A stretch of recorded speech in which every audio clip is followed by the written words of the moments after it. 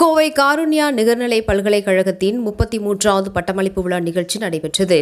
இதில் காருண்யா நிகர்நிலை பல்கலைக்கழகத்தின் வேந்தர் பால் தினகரன் கலந்து கொண்டு சுமார் 2001 மாணவ மாணவியர்களுக்கு பட்டங்களை வழங்கினார்.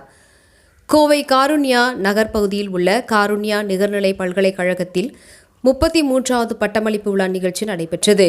இந்த விழாவில் காருண்யா நிகர்நிலை பல்கலைக்கழகத்தின் வேந்தர் டாக்டர் பால் தினகரன் தலைமை தாங்கினார்.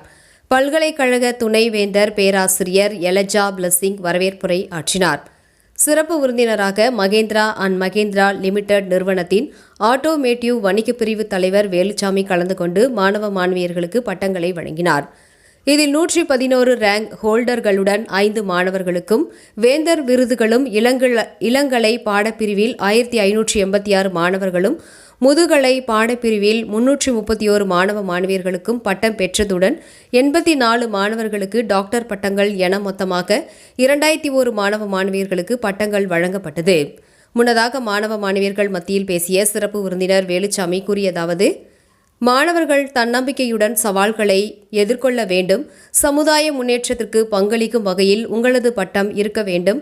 கௌரவ முனைவர் பட்டத்தை பெற்ற அவர், கற்றல் என்பது நமது வாழ்நாள் முழுவதும் தொடரும் பயணம்.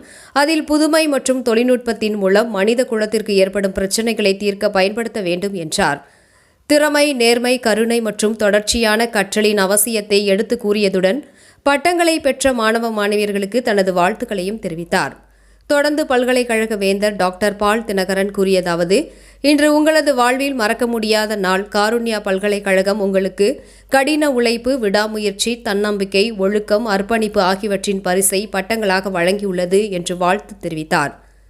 இந்த நிகழ்ச்சியின் இறுதியாக சிறப்பு விருந்தினர் வேலுச்சாமிக்கு தலைமைத்துவத்தையும் சேவையும் பாராட்டி கௌரவ டாக்டர் பட்டம் வழங்கப்பட்டது என்பது குறிப்பிடத்தக்கது.